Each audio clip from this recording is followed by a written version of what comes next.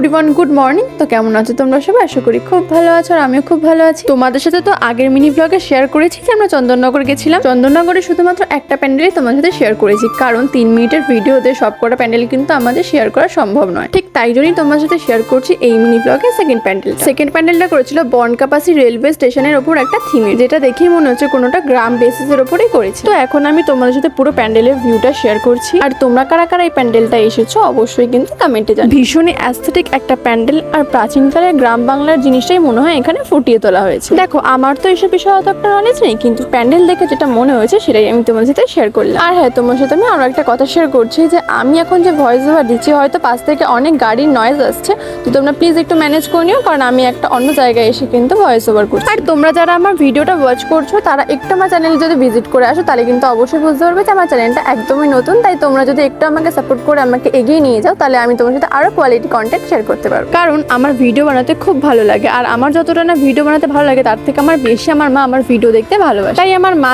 চায় যে আমি যেন ইউটিউবটাই কন্টিনিউ করি আর ইউটিউবের দিকেই বেশি ফোকাস রাখি। Thanks for watching.